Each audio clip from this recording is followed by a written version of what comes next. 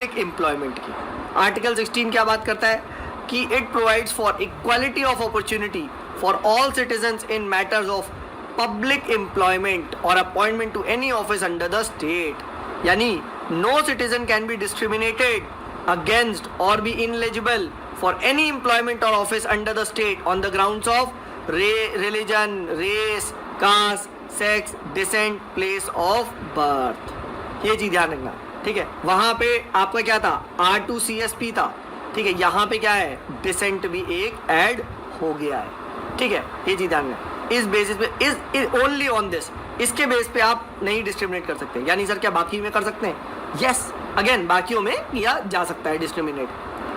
And यहाँ पे भी कुछ एक्सेप्शंस है, जैसे पार्लियामेंट चाहे तो क्या कर सकता है, तो एक ऐसी कंडीशन लगाई जा सकती है कि कुछ जगह पे अपॉइंटमेंट ऑफ द जो स्टेट होगा, ठीक है, वो क्या होगा, ठीक है, उसके लिए आपको वहीं पे रहना जरूरी है या आप लोकल के होने चाहिए, ठीक है। हो सकता है लैंग्वेज बैरियर के लिए या कुछ भी करा जा सकता है, ठीक है। सेकेंडली, स्टेट क्या कर सकता है, रिजर्वेशन कर सकता है यहाँ पे भी, क्या, बैकवर्ड क्लास के लिए, अगर उन्हें लगता है कि यार it is not represented in the service, हाँ है ना, इस टाइप की बात करता है। फिर उसके बाद एक कुछ ऐसा लॉ भी पास किया जा सकता है कि कोई रिलीजियस अगर डोमिनेशन का ऑफिस है, इंस्टीट्यूशन है, तो वो उसी रिलीजन का ही कोई बंदा होल्ड करे। जैसे अगर सपोज करो पंडित वगैरह की रिक्वायरमेंट है तो प्रेफरेबली हिंदू होना चाहिए, ठीक है, हाँ है ना।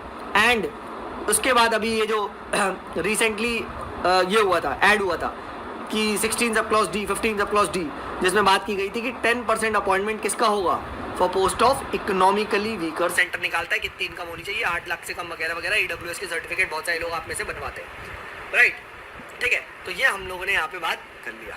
देन उसके बाद देखिए फेमस मंडल केस आया था। मंडल केस में, ठीक है, मंडल कमीशन की रिपोर्ट आई जिसने कहा था कि भाई 27% रिजर्वेशन दो किसको, in favour of backward classes को जॉब्स में दो। तो उसके लिए एक्सटेंट ऑफ द आर्टिकल 16 सब क्लॉज 4, ठीक है, इसको लाया गया कि अब OBC को जैसे एजुकेशन में भी मिला था, तो आपका यहाँ जॉब में भी रिजर्वेशन देने की बात की गई, ठीक है। तो हमारे देश में 27% OBC को मिल गया। और अभी रिसेंटली क्या हुआ है, रिसेंटली 103rd अमेंडमेंट आया, ठीक है, एक्ट ऑफ 2009, जिसने क्या कर दिया, 10% reservation to the economically weaker section in the civil post and service in the government of India, ठीक है। ये चीज़ ध्यान रखना, जो कि EWS हैं and those are not covered in the SC, STs एंड OBCs, ठीक है। तो इस तरीके से आपको ये बात पता होनी चाहिए, ठीक है, कि रिजर्वेशन का क्या चीज़ है, ठीक है, कैसे हमारे देश में आया, ठीक है। पहले नॉर्मल था, उसके बाद मंडल कमीशन ने OBCs के बारे में बात करी, एंड उसके बाद क्या, OBC को 27% रिजर्वेशन दिया गया, एंड उसके बाद 50% जब टोटल हो गया था, तो अब 10% EWS को 103rd अमेंडमेंट के थ्रू, एक्ट के थ्रू लाया गया, ठीक है। और आर्टिकल 15 में हम डिस्कस कर चुके, even in education as well as क्या इन द जॉब्स, दोनों में ही मिला। और एक चीज़ ध्यान रखना, ये भी इसका एक्सेप्शन है इस आर्टिकल का 16 का, कि साइंटिफिक एंड टेक्निकल जो पोस्ट है वहाँ पे कोई रिजर्वेशन वगैरह नहीं चलता। इसीलिए आप देखोगे DRDO, ठीक है, इन सब जगह में कोई रिजर्वेशन नहीं है, ठीक है, क्योंकि वहाँ पे प्योरली मेरिट एंड प्योरली आपको चाहिए दिमाग, ठीक है, and that is only through stiff competition, ठीक है। तो उसमें आपका कोई रिजर्वेशन नहीं चलेगा, ना ही जनरल, ना ही OBC, ना ही SC, ना ही ST। नेक्स्ट आर्टिकल नंबर 16 को डिस्कस करने के बाद अब हम लोग डिस्कस करेंगे आर्टिकल नंबर 17। आर्टिकल 17 देखिए बहुत ज़्यादा इंपॉर्टेंट है, and article 17 basically deals with the abolition of untouchability. Untouchability को अबॉलिश करने की बात करता है। अब देखिए अनटचेबिलिटी के बारे में आप सब लोगों ने सुना है, अगर पढ़ा नहीं है तो पुराने ज़माने का आपने सुना होगा कि कैसे कुछ लोगों के साथ पहले ऐसा व्यवहार किया जाता था कि कुछ पीपल जो हमारे सोसाइटी के थे उनको देवर लिटरली ट्रीटेड एज अनटचेबल्स। मतलब उनको कम्प्लीटली ब्लॉक कर दिया जाता था, इन द सेंस कम्प्लीटली बॉयकॉट कर दिया जाता था। जिस भी रोड से वो लोग जाते थे उस रोड पे कोई नहीं चलता था। जिस नल, जिस टोटी, जिस आप हैंडपम्प से वो पानी पीते थे उससे कभी कोई पानी नहीं पीता था। They were completely ignored, completely banned, and they were living a life of, you can say, literally miserable, ठीक है। एक जिंदा लाश की तरह वो लोग को ट्रीट किया जाता था, ठीक है, ऐसे एक सेक्शन को, ठीक है। तो ऐसे लोगों को जो अनटचेबल्स बोला जाता था। तो अब इंडियन कॉन्स्टिट्यूशन जब बना ठीक है, तो सबसे पहले इसमें यही बात करी गई कि इंडियन कॉन्स्टिट्यूशन का अगर आपने प्रियम्बल भी पढ़ा है तो it wants to give a life of dignity to all. ठीक है, अब डिग्निटी कैसे आएगी भाई, जब ऐसा व्यवहार करेंगे तो बिल्कुल नहीं आएगी। सो हेंस आर्टिकल 17 में क्लियर कट लिखा है abolition of untouchability and it forbids it's practice in any form. याद रखिएगा, एनी फॉर्म इज इंपॉर्टेंट। अगर आपने इनडायरेक्ट वे में भी अनटचेबिलिटी प्रैक्टिस करने की कोशिश करी, you will be penalised very badly. And इसको बनाने के लिए एक हमारे यहाँ अनटचेबिलिटी ऑफेंसेस एक्ट आया था 1955 में, जिसका नाम बाद में चेंज करके protection of civil rights act of 1955 कर दिया गया था। ठीक है, और ये चीज़ एक याद रखिएगा यहाँ पे, it is the only article of the fundamental rights जो बिल्कुल एब्सोल्यूट है। यहाँ पे आपको कोई एक्सेप्शंस वगैरह, इफ बट वगैरह नहीं मिलते। ठीक है, या ये दैट इज़ कम्प्लीटली आप कह सकते हो एब्सोल्यूट है। ठीक, एंड सिर्फ स्टेट नहीं, इवन प्राइवेट एंटिटीज़ अगर वो भी अनटचेबिलिटी प्रैक्टिस करते हैं तो उनके खिलाफ भी एक्शन लिया जा सकता है। ठीक है, तो article 17 is the abolition of untouchability. Next बात करते हैं, देखिए आर्टिकल 18 टॉक करता है आपका अबॉलिशन ऑफ टाइटल्स। अब देखिए पहले के ज़माने में क्या होता था, देवर टाइटल्स लाइक राजा महाराजा, ठीक है राय बहादुर वगैरह, तो इन सभी टाइटल्स को अबॉलिश करने की बात करता है। एंड सिंपल रीज़न यही है कि भाई हमारे देश में सबका इक्वल स्टेटस है। ठीक है, इक्वल जब स्टेटस है तो क्यों कोई लोग टाइटल रखेंगे। ठीक है, ये चीज़ ध्यान रखिएगा।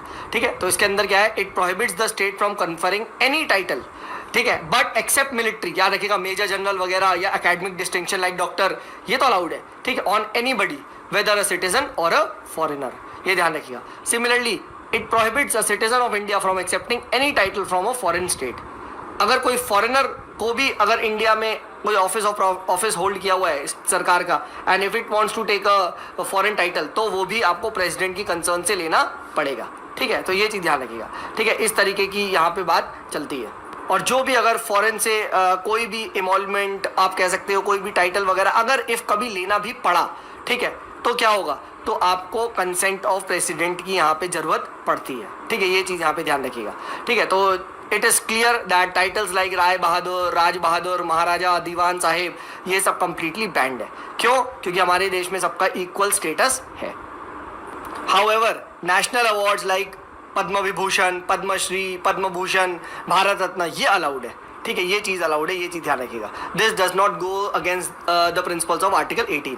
अब किसी ने कुछ अचीव करा अपनी मेहनत पे, किसी ने कुछ कंट्रीब्यूट करके गया, तो वो तो हक बनता ही है। So they are not violative of the article number 18। ठीक है, तो article 18 is abolition of title, article 17 is you can say abolition of untouchability. Next देखिए, तो हम लोगों ने 14 to 18 यहाँ पे कवर कर लिया। ठीक है, 14 to 18 को कवर कर लिया, जो आपका राइट टू इक्वालिटी की बात करता है। ठीक है, एंड अब हम लोग बात करेंगे 19 से 22 की। ठीक है, 19 से 22 की बात करेंगे, एंड यहाँ पे हम लोग जो डिस्कस करेंगे, वी विल बी डिस्कसिंग सबसे पहले article 19। Again very very important है, एंड 19 के अंदर बहुत सारे सब क्लॉजेज है जिसको हम लोग पढ़ेंगे। तो आर्टिकल 19 कहता है राइट टू फ्रीडम। अब 19 के अंदर जो सब क्लॉजेज है, फ्रीडम ऑफ व्हाट, तो यही फ्रीडम ऑफ व्हाट, ठीक है, किस चीज़ की आपको फ्रीडम मिली है, तो ये एक्सप्लेन आपके सब क्लॉजेस करते हैं। जैसे आर्टिकल 19 सब क्लॉज 1 कहता है right to freedom of speech and expression. 19 सब क्लॉज 2 कहता है right to assemble peacefully without arms. ठीक है, 19(3) कहता है right to form association, groups, unions, cooperatives, right. ठीक है, 19 सब क्लॉज 4 कहता है right to move freely throughout the territory of India.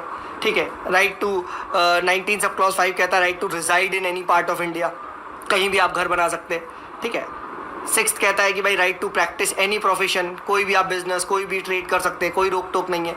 ठीक है, बट इन सब के साथ याद रखिएगा एक्सेप्शन ज़रूर है। ठीक है, अभी हम लोग डिस्कस करेंगे, एक्सेप्शन ज़रूर है। ठीक है, तो अब हम एक एक करके यहाँ पे डिस्कस करते हैं। और यस, एक 19 सब क्लॉज 7 जो था, ठीक है, एक्चुअली में 7 राइट्स होते थे, बट वो था right to hold the property. ठीक है, तो वो that was deleted by the 44th constitutional amendment 1978। ठीक है, तो ये चीज़ ध्यान रखिएगा, this is important, prelim perspective से ये यहाँ पूछा जाता है। ठीक है, तो प्रीलिम पर्सपेक्टिव से ये हम लोगों ने डिस्कस कर लिया। ठीक है, this is very very important. And क्या ये जो 6 राइट है ये प्राइवेट इंडिविजुअल्स के अगेंस्ट भी हैं? तो नो माय डियर फ्रेंड्स। ठीक है, these 6 rights are protected against only state action and not against the private individuals. तो अगर सब प्राइवेट लोग हमारी फ्रीडम को हर्ट करेंगे तो हम क्या करेंगे? तो मेरे भाई आप नॉर्मल जो लीगल रेमेडीज़ है उनका यूज़ करेंगे, आप सीधे कोर्ट नहीं जा सकते, ये चीज़ ध्यान रखिएगा। ठीक है, ठीक है, तो दीज आर द राइट्स, ठीक है। यहाँ पे आपका अगेंस्ट द स्टेट एक्शन है, अगर स्टेट ने आपकी कोई भी फ्रीडम लेने की कोशिश करी तो you can go to the court, but अगर आपकी किसी प्राइवेट एंटिटी ने फ्रीडम लेने की कोशिश करी तो यू हैव लीगल रेमेडी, आप पुलिस के पास जाएँ, आप फिर प्रोसेस को स्टार्ट करें, ठीक है। ये चीज़ आप ध्यान रखिएगा। अच्छा, एक चीज़ और यहाँ पे ध्यान रखिएगा, ठीक है, कि these rights are also available to the share holders of a company, ठीक है, याद रखिएगा। Even the company and share holders को भी यहाँ पे मिलते हैं राइट, ठीक है। And but article 19 is not to the foreigners, ये ध्यान रखिएगा, ठीक है, नॉट टू द फॉरेनर्स और to the legal persons like companies, ठीक है। मतलब इंडिविजुअल्स को है, ठीक है, वो भी Indian citizens plus share holders of the company के पास भी हैं, ठीक है, share holders of a company, but किसके पास नहीं है, फॉरेनर्स के पास नहीं है, ठीक है, फॉरेनर्स के पास नहीं है। एंड किसके पास नहीं है, आपके पास जो कंपनी है, लीगल एंटिटीज, कॉरपोरेशंस, इनके पास भी नहीं है, नॉट टू फॉरेनर्स और to the persons like company और कॉरपोरेशंस, ठीक है। तो इसी टाइप का क्वेश्चन पूछा जाता है प्री में, किसके पास ये होगा, किसके पास नहीं होगा। तो जब आप पढ़ें तो इस एस्पेक्ट को डेफिनेटली हाईलाइट करें, ठीक है, डेफिनेटली हाईलाइट करें, ताकि जब आप रिवाइज करेंगे तो ईजी हो जाएगा, ठीक है। That is how you have to study.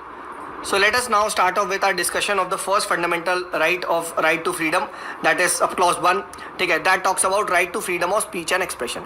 अब right to freedom of speech and expression खुद में ही क्या है, एक बहुत ही वाइड राइट है। इसके अंदर एक्सप्रेशन खुद में ही क्या है, एक बहुत ही वाइड राइट है। इसके अंदर बहुत सारे आप कह सकते हो राइट्स इम्प्लिसिट है, ठीक है। एंड सुप्रीम कोर्ट ने काफ़ी वाइड इंटरप्रिटेशन किया है, जैसे फ्रीडम ऑफ प्रेस आता है, freedom to propagate one's views आता है, freedom to of commercial advertisement, freedom of silence, ठीक है। Even if you have right to remain silent, आपका कोई व्यू पूछे आप मत बताओ, यू एब्सोल्युटली साइलेंट, हाँ है ना, ठीक है, तो ये भी सही है, ठीक है। इवन याद रखिएगा right against tapping of telephonic conversation, this is also आपका आता है किसका, freedom of speech and expression के अंदर आता है, पूछ सकता है, ये चीज ध्यान रखना। तो इस टाइप का ही देखिए प्री में क्वेश्चन पूछा आता है, वो डीप पूछेगा, ठीक है। जैसे अभी एक बार पूछा गया था, अभी हम लोग डिस्कस भी करेंगे, ठीक है, 2019 में क्वेश्चन आया था that freedom right to marry one's life partner किसका पार्ट है, ठीक है। अब उसमें आर्टिकल 19 भी था, ठीक है, उसमें अभी हम देखेंगे आर्टिकल 21 भी था, राइट। तो बच्चों ने आर्टिकल 19 लग दिया, अरे सब फ्रीडम में तो हो गई, ठीक है, बट नहीं, सुप्रीम कोर्ट ने कहा था इट इज इन आर्टिकल 21, तो ये चीज़ आप ध्यान रखिएगा, ठीक है। तो उस टाइम वो न्यूज़ में था तो याद रखिएगा, ठीक है। तो right to marry one's life partner is in article 21, अभी हम देखेंगे, ठीक है। तो खैर जहाँ पे हम लोगों ने बात करा फ्रीडम बहुत ही वाइड है, ठीक है। सिमिलरली मेंस में भी इस टाइप का क्वेश्चन आ सकता है कि freedom of speech and expression पे, so you should always write कि काफ़ी वाइड फ्रीडम हमको मिल, बट इसमें जितने भी आर्टिकल्स मैंने आपको बताए हैं इन सब में इंपॉर्टेंट क्या है, इससे ज़्यादा इंपॉर्टेंट है इसकी एक्सेप्शन। एक्सेप्शन पे देखिए काफ़ी बार क्वेश्चन पूछे भी जाते हैं और काफ़ी बार फंसाया भी जाता है, ठीक है। So the state can impose reasonable restriction, कब freedom of speech and expression पे लगाए जा सकते हैं, on first grounds of sovereignty, जब इंडिया की इंटेग्रिटी को कोई खतरा है, आप कुछ ऐसा तो नहीं बोल रहे, कुछ ऐसी स्पीच तो नहीं दे रहे जिससे कि कुछ आप कह सकते हो मतलब समझो ना, ठीक है, इंटेग्रिटी ऑफ इंडिया को खतरा है, कुछ दंगे हो जाए, ठीक है, सिक्योरिटी ऑफ द स्टेट खतरे में आ जाए, कोई friendly relation with foreign states, आपने कुछ फॉरेन स्टेट के बारे में अच्छा है और आपने उनके बारे में कुछ भी बोल दिया, ठीक है, तो इशू क्रिएट हो जाएगा, राइट। पब्लिक ऑर्डर तो कहीं आप वायलेट नहीं कर रहे, कुछ ऐसा डिसेंट है, वो इमोरल तो नहीं है। अब आपने दैट डज नॉट मीन आप गाली गलौज शुरू कर दो, राइट, ठीक है, किसी को डिफेम कर दो, कुछ कंटेम्प्ट ऑफ कोर्ट की आप आलोचना करो या कोर्ट के ऑर्डर्स के अगेंस्ट आप बोलो, ठीक है, कुछ लोगों को इंसाइट करो, एक्साइट करो ताकि वो ऑफेंस करे, दंगे करे, ठीक है। तो all this is not allowed, ठीक है। तो ये चीज़ ध्यान रखिएगा, this is important for pre, तो इसको डेफिनेटली आप अपनी बुक में मार्क कर लीजिए। नेक्स्ट बात करते हैं, देखिए फ्रीडम ऑफ आपका स्पीच के बाद आता है फ्रीडम ऑफ असेंबली। अब वही है, असेंबली में यही है कि आप लोग इकट्ठा हो सकते हैं, ग्रुप बना सकते हैं, ठीक है, पीसफुली, ठीक है, without arms, and public meetings को होल्ड कर सकते हैं, डेमोन्स्ट्रेशंस निकाल सकते हैं, ठीक है, you can take out processions वगैरह वगैरह, ठीक है, और आपको पूरा हक है। बट एक चीज़ ध्यान रखिएगा, it should not be violent नहीं होना चाहिए, ठीक है। कोई भी ऐसा नहीं है कि राइट करवा रहे हैं, दंगे करवा रहे हैं, दिस इज नॉट अलाउड, ठीक है। और यहाँ स्टेट कैसे असेंबली बना सकता है, मतलब क्या रिस्ट्रिक्शन है, रिस्ट्रिक्शन है इसके पास क्या, 2 ग्राउंड। सबसे पहली बात, sovereignty and integrity of India कभी भी खतरे में नहीं आनी चाहिए, और पब्लिक ऑर्डर स्पेशली ट्रैफिक। अब आपने बिल्कुल मेन चौराहे पे कर दिया कि हमें तो प्रोसेशन निकालना है, नहीं, दैट्स नॉट अलाउड, और अगर आपको करना है तो पहले परमिशन लो, ठीक है। रोड्स कैन बी अलॉटेड, ठीक है, आपके लिए कुछ अगर रैली निकाल ली तो रोड पे निकालेंगे, हवा में तो नहीं, बट आप उसके लिए पहले परमिशन लो, आपको मिलेगी परमिशन, ठीक है। जैसे जंतर मंतर पे देखेंगे आप, दिल्ली में काफ़ी बार प्रोटेस्ट होता है, तो that is allowed, that is officially allowed, आपको ऑफिशियल परमिशन भी मिल जाती है। नेक्स्ट आता है आपका फ्रीडम ऑफ एसोसिएशन। अब एसोसिएशन में क्या है कि आप यहाँ पे अपना एक कोई एसोसिएशन बना सकते हैं, यूनियंस बना सकते हैं, you have full right, cooperative society बना सकते हैं, आप क्लब्स बना सकते हैं, ऑर्गेनाइजेशन बना सकते हैं, ट्रेड यूनियन बना सकते हैं, पार्टनरशिप बना सकते हैं, कंपनीज बना सकते हैं, कोई दिक्कत नहीं है। साथ ही साथ आप किसी की मेंबरशिप भी ले सकते हैं, आपको कोई रोक टोक नहीं है, नहीं लेना है तो मैंने भाई मत भी लो मेंबरशिप, कोई फोर्स नहीं है, you are allowed to join, ठीक है, you are allowed to join. It covers the negative right to not to form और नॉट टू ज्वाइन। सर मुझे तो नहीं करना कोई ज्वाइन, मत कर मेरे भाई, कोई लोड नहीं है, ठीक है। तो ये आपको यहाँ पे मिलता है। अगेन रीजनेबल रिस्ट्रिक्शन क्या है इसके, रीजनेबल रिस्ट्रिक्शन है आपका क्या, ऐसी वही बात, sovereignty and integrity of India. अब आपने कुछ ऐसी नई ऑर्गेनाइजेशन बना ली जो दंगे करा रही है, टेररिज्म फैला रही है, ठीक है, पब्लिक ऑर्डर को आप कुछ आप कह सकते हो पब्लिक ऑर्डर को डिस्टर्ब नहीं कर रहे हैं, ठीक है, वो मॉरल है, ठीक है। अब आपने कुछ ऐसा गिरोह बना दिया कि जो लोगों की किडनियाँ बेच रहे हैं, ठीक है, दैट्स नॉट अलाउड, ठीक है, समझो, या कुछ इमोरल एक्टिविटी कर रहे हैं, ठीक है, तो citizens have complete restrictions on this, ठीक है। तो ये ध्यान रखिएगा। और एक चीज़ ध्यान रखना, यहाँ पे राइट टू एसोसिएशन के अंदर राइट टू स्ट्राइक नहीं है ट्रेड यूनियन के पास, ठीक है, मतलब नेचुरल वो ट्रेड यूनियन के पास फंडामेंटल राइट नहीं है राइट टू स्ट्राइक। अगर आपको स्ट्राइक करना है तो आप अप्रोप्रिएट इंडस्ट्रियल जो लॉज हैं उसके अंदर आपको स्ट्राइक मिला है, फंडामेंटल राइट नहीं है राइट टू स्ट्राइक, ठीक है। You can do for strike, no doubt, but laws के अगेंस्ट आप करोगे, ठीक है, लीगल लॉज में आपका लिखा होगा right to strike, fundamental right नहीं है कि राइट टू स्ट्राइक की अगर आप लोग स्ट्राइक पे गए और अगर आपको स्ट्राइक नहीं करने दी तो आप सुप्रीम कोर्ट पहुंच गए कि सर हमें तो स्ट्राइक नहीं करने दिया, भाई सुप्रीम कोर्ट कहेगा right to strike fundamental right है ही नहीं, फंडामेंटल राइट्स नहीं है, राइट टू स्ट्राइक एक लीगल राइट है। आप लीगल जो रेमेडी है उसके अगेंस्ट उसको बात करो, हमारे पास मत आओ, ठीक है। तो ये चीज़ ध्यान रखिएगा। नेक्स्ट आता है freedom of movement, again important है, ठीक है, कि कहीं भी हम लोग every citizen can move freely throughout the territory of India, ठीक है। बस एक चीज़ ध्यान रखिएगा, ये जो फ्रीडम ऑफ मूवमेंट आता है इसमें आर्टिकल 19 में इंटरनल मूवमेंट के लिए, नॉट एक्सटर्नल मूवमेंट। इंडिया के बाहर जाना है अगर, you have the right to move, but that is given under the article 21, ठीक है, ये चीज़ ध्यान रखिएगा, ठीक है। एंड एक चीज़ यहाँ पे और ध्यान रखिएगा, क्या क्या interest of the general public, हाँ है ना, protection of interest of any schedule tribe, ठीक है। अब आप ऐसी जगह कोई ट्राइबल एरिया में जा रहे हैं, नहीं, सिंपल रीज़न ये है कि भाई उनका डिस्टिंक्टिव कल्चर होता है, लैंग्वेज होती है, कस्टम होती है, ठीक है, so we need to safeguard them, ठीक है, we need to protect them from exploitation, ठीक है। तो इसीलिए आप कह सकते हो दैट इज़ नॉट अलाउड, ठीक है। तो ये ध्यान रखिएगा, फ्रीडम ऑफ मूवमेंट में आपके पास इंटरनल मूवमेंट कहीं भी अलाउड है एक्सेप्ट आपका इन द ट्राइबल एरियाज, ठीक। नेक्स्ट आता है फ्रीडम ऑफ रेजिडेंस, कहीं भी सर आप घर बना सकते हैं, बिल्कुल आप बना सकते हैं, ठीक है। You have to right to settle in any part of the country, move any part, कहीं पे भी। अच्छा, ये क्यों ये राइट्स दिए हैं, freedom of to move, freedom to reside, nationalism, national feeling फैलेगी। और याद करो, क्योंकि हमारे देश में प्रियम्बल में क्या बोला है, प्रियम्बल में बोला है फ्रेटर्निटी, याद है, ब्रदरहुड। अब ब्रदरहुड तभी तो होगा भाई जब केरला वाले जाएंगे, पंजाब वाले जाएंगे नॉर्थ ईस्ट, ठीक है, यूपी वाले जाएंगे आपका बिहार, ठीक है, वो तो जाते हैं, ठीक है, बिहार वाले जाएंगे राजस्थान, ठीक है, यूपी वाले लेट से जाएंगे आपके तमिलनाडु, तो मिक्सड होगा ना सब लोग इधर उधर, ठीक है, बातचीत होगी, कल्चर का एक्सचेंज होगा, भाईचारा होगा, ठीक है। तो that is why this is allowed, ठीक है। तो this promotes nationalism and avoids narrow mindness, ठीक है। अब इसके साथ भी क्या एक्सेप्शन है, सेम एक्सेप्शन यहाँ पे भी है कि भाई interest of general public and protection of interest of any scheduled tribe, ठीक है। तो ये चीज़ यहाँ पे ध्यान रखिएगा। नेक्स्ट आता है आपका freedom of profession, that you have the right to practice any profession or to carry out any occupation, trade, business, whatever you want, ठीक है। you have this right is very wide, ठीक है, very wide होता है and किसी भी तरीके से आप अपने लाइवलीहुड कमा सकते हैं। बस एक चीज़ ध्यान रखना, एक चीज़ क्या, कि यहाँ पे स्टेट के पास ये पावर है कि वो कुछ प्रोफेशंस के लिए कुछ टेक्निकल क्वालिफिकेशन रख सकता है, राइट, जैसे डॉक्टर बनना। अब उसके लिए आपको MBBS इज कंपलसरी।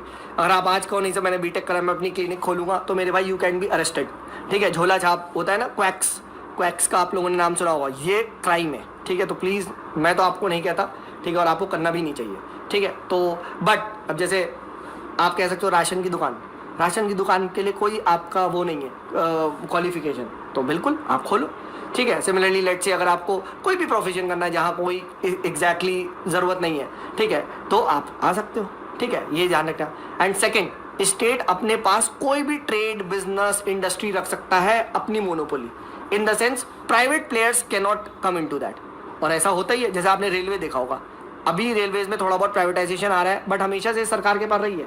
अब ये नहीं कह सकते सर मैं इस जगह पे रेलवे चलाऊंगा, मुझे तो रेलवे ट्रैक बना के रेलगाड़ी चलानी है और किराया कमाना है। नहीं भाई, आप नहीं कर सकते। बस रोडवेज, हाँ रोडवेज कर सकते हो भाई, रोडवेज में प्राइवेट बसेज अलाउड है, ठीक है। तो ये चीज़ ध्यान रखिएगा। बट अब धीमे धीमे, और पहले भी हमारे यहाँ क्या होता था, इंडस्ट्रियल लाइसेंसिंग बहुत ज़्यादा थी, ठीक है। तो कुछ लाइसेंस सरकार पे रहते थे, कुछ आपको दिए जाते थे प्राइवेट प्लेयर्स पे before the LPG reforms, right. तो स्टेट के पास मोनोपोली हो सकती है, एंड स्टेट को कोई जस्टिफाई करने की भी ज़रूरत नहीं है। ये भी आपका इसमें लिखा हुआ है। क्या इसमें भी सर कोई एक्सेप्शन है? बिल्कुल, इसमें एक्सेप्शन ये है कि कुछ ऐसा प्रोफेशन नहीं कर सकते आप दैट इज़ इमोरल हो, कि भाई कोई बोले यार सर मुझे तो लड़की बेचनी है, ठीक है, ट्रैफिकिंग ऑफ वुमेन, मुझे चिल्ड्रन, मुझे बच्चे बेचने हैं सर, ठीक है, मैं किडनी का बिजनेस करना चाहता हूँ सर, ठीक है, किडनी निकाल के मैं बेचना चाहता हूँ, that's not allowed. Drugs, harmful drugs, explosive, sir मैं बम बेचना चाहता हूँ, चरस गांजा बेचना चाहता हूँ, दैट इज़ नॉट अलाउड, ठीक है, that is absolutely prohibited, and state इसको रेगुलेट करता है थ्रू लाइसेंसिंग, ठीक है। गांजा बेचना बिल्कुल बेचना अलाउड है, बट उसके लिए आपको लाइसेंस लेना पड़ेगा, ठीक है। गांजा वगैरह का जो काम होता है वो मेडिसिन में यूज़ किया जाता है, तो बहुत सारे लोग उगाते हैं, but they are made for medicinal purpose, और वो भी लाइसेंस के थ्रू। तो ये हम लोगों ने बात कर लिया आपका आर्टिकल नंबर 19 की। अब हम लोग बात करेंगे आपका आर्टिकल नंबर 20 की, ठीक है। अब देखिए आर्टिकल नंबर 20, 21 एंड 22 को एक साथ हम पढ़ते हैं। अगर एक साथ आप पढ़ोगे तो आपको जबरदस्त समझ में आएगा। तो 20 को अभी स्किप करते हैं, लेट्स गो टू 21, एंड 21 को पढ़ने के बाद वापस 20 में आते हैं, तब हम देखेंगे क्यों। देखिए इसका रीज़न ये है कि एक्चुअली में 20 एंड 21 दोनों मिला के आपका 20 एंड 22 दोनों मिला के 21 को प्रोटेक्ट करते हैं, ठीक है। तो अभी हम देखते हैं कैसे, don't worry, let's go to 21। तो ये देख सकते हैं आप लोग, आर्टिकल 21 आ गया। बेसिकली आर्टिकल 21 इज, आप कह सकते हो, right to life and personal liberty, ठीक है। इसको कहा जाता है आपका आर्टिकल नंबर 21, ठीक है। ये क्या कहता है? ये कहता है कि no person shall be deprived of his life और personal liberty except according to the procedure established by the law, ठीक है। एंड ये दोनों ही सिटीजन एंड नॉन सिटीजन के पास है, ठीक है। You have the full right to live, कोई भी आपकी लिबर्टी को ऐसे नहीं ले सकता, ठीक है। अगर लेना है तो procedure establish bye the law, जो प्रोसीजर है उसी के तरीके से लिया जाएगा। बेसिकली ये कह रहा है लिबर्टी आपकी छीनी नहीं जा सकती, ठीक है सर। 21 मुझे थोड़ा समझ में आ गया, अभी हम दोबारा डिस्कस करेंगे, ठीक है। Now let's go back to 20। इतना हमने पढ़ लिया कि सर लिबर्टी कोई नहीं छीन सकता, ये हमारा आर्टिकल 21 कह रहा है, मेरी लिबर्टी, मेरी लाइफ कोई नहीं ले सकता, ठीक है। तो अब आ जाओ, आपको मैं एक केस बताता हूँ। ये आप जा रहे हो, आपके साथ कोई और भी जा रहा है या जा रही है, ठीक है, और आप मस्ती से जा रहे हो, ये आप रोड पे जा रहे हो, ठीक है, लेट अस से आप जा रहे हो, ठीक है। अब आपके साथ कोई और भी है, ठीक है। सामने से कुछ लोगों ने आपको देखा, ठीक है, और ये लोगों ने आपको जा रहे थे और ज़बरदस्ती क्या हुआ, ज़बरदस्ती अरेस्ट करके आपको पकड़ के वैन में, ठीक है, ले गए और पुलिस के पास जमा कर दिया, ठीक है, ठीक है। आपने पूछा कि सर मैं तो सिर्फ जा ही रहा था, मेरी क्या गलती है, ठीक है। तो ये क्या हुआ, पुलिस ने बोला चुप रहो, ठीक है, तुम्हें अरेस्ट कर लिया गया है, सुनी भी नहीं बात, ठीक है। तो ये क्या था, एक आर्बिट्री, पहली बात अरेस्ट हो गया, ठीक है, आपकी लिबर्टी चली गई, आपको रैंडमली ऐसे अरेस्ट कर लिया, कोई रीज़न नहीं दिया, हाँ है ना। अच्छा, अभी भी आप खुश हो कि चल ठीक है यार, सुप्रीम कोर्ट तो है मेरे पास, कोर्ट में ले जाओगे ना प्रूव करने, ले जाओ कोर्ट में, कोर्ट वाले मुझे कह देंगे। जैसे ही कोर्ट में आपको पेश किया गया, आपने बोला सर मैं तो जा रहा था, सुप्रीम कोर्ट ने बोला तुम्हें सजाए मौत, फांसी। अरे आर्बिट्री कन्विक्शन भी हो गया मेरा, ले मेरी लिबर्टी तो गई। तुम यहाँ तो खुश हो रहे थे कि चलो यार तुमने आर्बिट्री अरेस्ट कर लिया है, आर्बिट्री कन्विक्शन से तो बच जाऊँगा, यानी तुम्हारी लिबर्टी को लेने के अगर मुझे प्रोटेक्ट करना है तो मुझे दोनों को ही प्रोटेक्ट करना है, कि या तो तुम्हारा आर्बिट्री अरेस्ट ना हो, हाँ है ना, और कल को तुम्हारा आर्बिट्री अरेस्ट हो गया, तुम्हें पुलिस ले गई, तो मेरे भाई तुम्हारा आर्बिट्री कन्विक्शन ना हो, कि सुप्रीम कोर्ट या जो भी प्रोसेस है वो तुम्हें प्रॉपर चांस दे to prove that you are innocent, ठीक है। तुम्हारी क्या गलती है, तुम तो सिर्फ टहल रहे थे, हाँ है ना। और यही दो आर्टिकल आपका कहते हैं, आर्टिकल आपका 20 एंड आर्टिकल नंबर 22, ये दोनों मिला के क्या करते हैं, आर्टिकल 21 को अपहोल्ड करते हैं। एक भी आर्टिकल हटा दो तुम्हारी लिबर्टी गई, हाँ है ना। अगर आर्बिट्री अरेस्ट का ऑप्शन ही नहीं होता तो भाई तुम टहल ले हो, और रैंडमली सोचो लोग अरेस्ट हो रहे हैं इंडिया में, ये क्या मजाक हो रहा है सर, ये क्या मजाक हो रहा है, हाँ है ना। तो यही चीज़ आर्टिकल 20 में बात की जाती है। So on this note, let us now discuss Article 20. So Article 20 grants protection against arbitrary and excessive punishment to an accused person. हाँ है ना, whether citizen or foreigner, even a legal company. कोई आपको arbitrary punishment नहीं दी जाएगी, ठीक है? तो उसके लिए क्या है इसके अंदर? That means first there will be no ex post facto law, यानी कोई लॉ को बैक डेट से इंप्लीमेंट नहीं किया जाएगा. जो भी आपने क्राइम करा है उसी हिसाब से आपको पनिशमेंट मिलेगी जो उस टाइम वो हो. ये नहीं अब बैक डेट में जाके आपने कर दिया कि नहीं अब से ये भी क्राइम है और अरेस्ट कर लिया, ठीक है? ये चीज़ ध्यान रखना. बट याद रखना, बैक डेट में क्रिमिनल लॉज इंप्लीमेंट नहीं हो सकते, सिविल लॉज इंप्लीमेंट कर सकते हैं. सपोज करो टैक्स लाइबिलिटी या कुछ हो, ठीक है? तो ये चीज़ अलाउड है, ठीक है? Second, there will be no double jeopardy. No double jeopardy मतलब no person shall be prosecuted और punished for the same offence more than one. एक बार सजा मिल गई ना आपको काटने की, अब दोबारा तुम कर रहे हो, that is not allowed, that is not allowed. And third, no self incrimination, मतलब आप अपने अगेंस्ट विटनेस देने के लिए फोर्स नहीं किए जा सकते, ठीक है? यू कैनॉट बी फोर्स कि आप अपने लिए अगेंस्ट ही गवाही दो जानबूझ के, ठीक है? This is not allowed. क्योंकि देखिए लॉ का एक रूल होता है, इनोसेंट अंटिल प्रूवन गिल्टी. अगर आपको अरेस्ट किया है, सपोज करो पुलिस ने, ये पुलिस की जिम्मेदारी है कि कोर्ट में तुम्हें प्रूफ करे, ठीक है?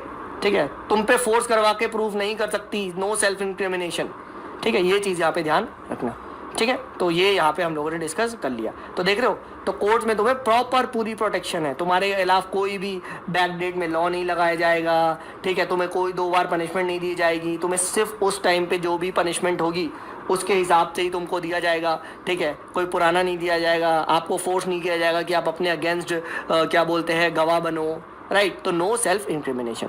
एक चीज़ यहाँ पे ध्यान रखना, जो डबल जियोपार्डी अवेलेबल होती है, that is available only in the proceeding before a court of law और a judicial tribunal. It is not available in proceeding before department. अब डिपार्टमेंट ने आपके खिलाफ एक्शन लिया है, उसके बाद आप कोर्ट एक्शन ले सकता है, ठीक है? ऐसा नहीं आप कह सकते कि सर डिपार्टमेंट ने तो एक्शन ले ही लिया, क्योंकि डिपार्टमेंट इज नॉन जुडिशियल.